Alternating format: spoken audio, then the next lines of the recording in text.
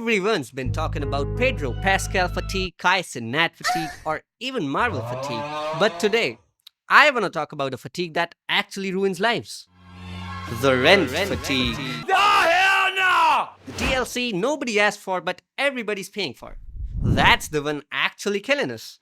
That's the final boss of fatigue. It's not Marvel sequels or a Twitch streamer. Boy. It's rent.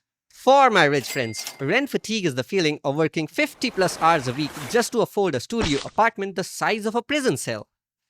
Except in prison, you at least get free meals and cable. And maybe even a little love. I don't judge. Over here and kiss me on my hot mouth.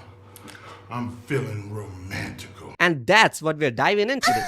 Why is rent skyrocketing? Why your groceries cost more than your car insurance? And why your landlord is probably popping champagne while you're meal prepping boiled rice.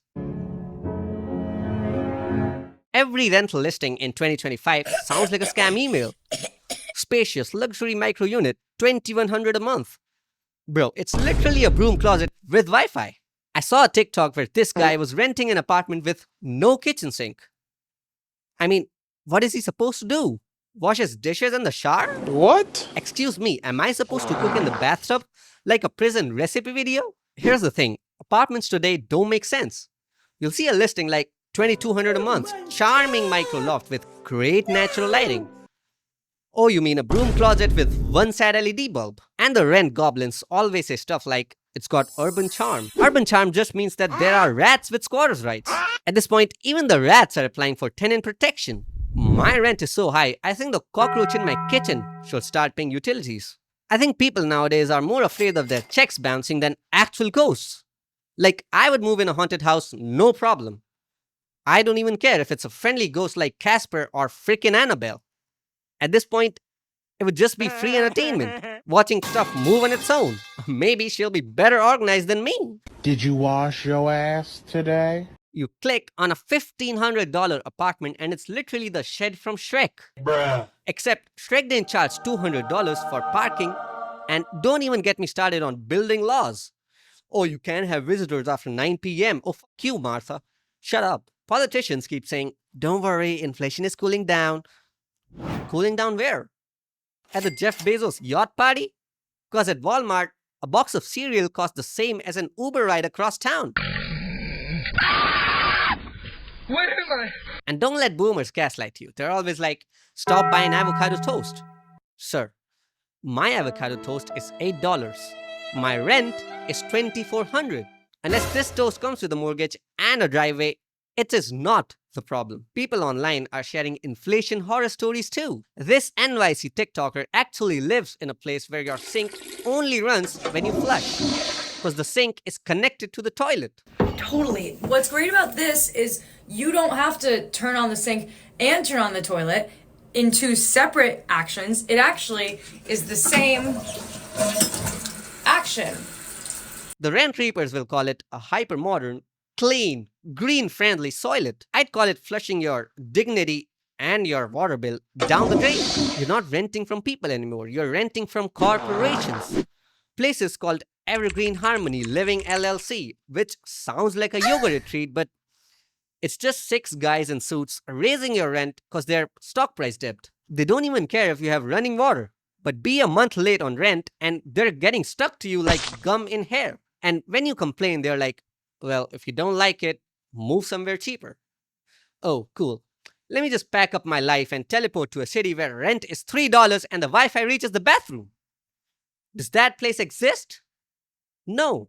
An actor in New York shared that her Captain Eviction raised her rent by $700 a month. The reason, you ask? Well, the landlord said that that's what the apartment's worth.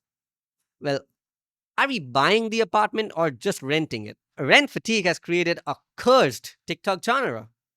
Survival hacks. Hi guys, today I'm going to show you how to meal prep for an entire week with 3 pounds of salt, 5 pounds of rice, and 15 pounds of pure cannabis. The rice will give you substance, the salt will give you flavor, and cannabis makes you numb to the idea that you're a grown man living on a diet of salt and rice. In the next episode, we'll learn how to raise chickens in a 20 square foot apartment. Can't forget the protein now, can you? Groceries used to be simple. You'd walk in with $20 and come out with a cart full of food. Now $20 gets you a single lizard egg. And the cashier still looks at you like, would you like to round that up to donate to charity? Bro, I am the charity. And don't even get me started on roommates. Oh my god, people used to live with their friends. Now you live with 12 strangers, one finance bro who buys his underwear from thrift shops. How much for the quarter? The quarter? I mean, I think that's just change from the last customer. Change is a dying currency. How much for the quarter? And someone's emotional support ferret named Kevin. And by the way, Kevin is a much better roommate than these lazy pieces of shits. It's not even a home, it's a side quest. Meanwhile, landlords are out here flexing on Instagram like influencers. Passive income, baby. Yeah, bro, passive for you. Active suffering for me. My rent check funded your vacation. Nothing beats a Jet2 holiday. While I'm out here splitting Uber Eats French fries with 6 people like Jesus on his Last Supper. Are you serious right now, bro? On TikTok, people even flex their cozy micro studios that are literally closets. Bro, that's not cozy. That's depression with RGB. And what's with the exposed brick aesthetic? Buddy, that's not aesthetic, that's structural decay. It's like living in a Minecraft house, but infinitely worse. Boomers keep saying, when I was your age, I already owned a house. Yeah, because back then, a house cost the same as an iPhone. Now, the down payment is the GDP of a small country. The American dream used to be a house, a yard, 2 kids, and a grill. Now, it's just hoping your landlord doesn't raise rent another 20% while also charging you a breathing fee. And the worst part, rent fatigue doesn't even end. There's no final boss, no credits roll.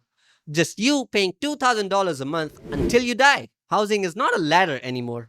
It's a treadmill. And your landlord keeps hitting the speed up button. So, in conclusion, Pedro Pascal fatigue, fake. Kaisen Nat fatigue, temporary. Marvel fatigue, okay, real. But rent fatigue, permanent. It's the Netflix subscription you cannot cancel. This video is sponsored by your landlord, who just raised your rent 12% because you looked too happy. Don't forget to like, comment, and subscribe, or better yet, Venmo me your rent money so I can finally afford 2 grapes instead of 1. Until then, stay strong, stay broke, and may your Wi-Fi at least reach the bathroom.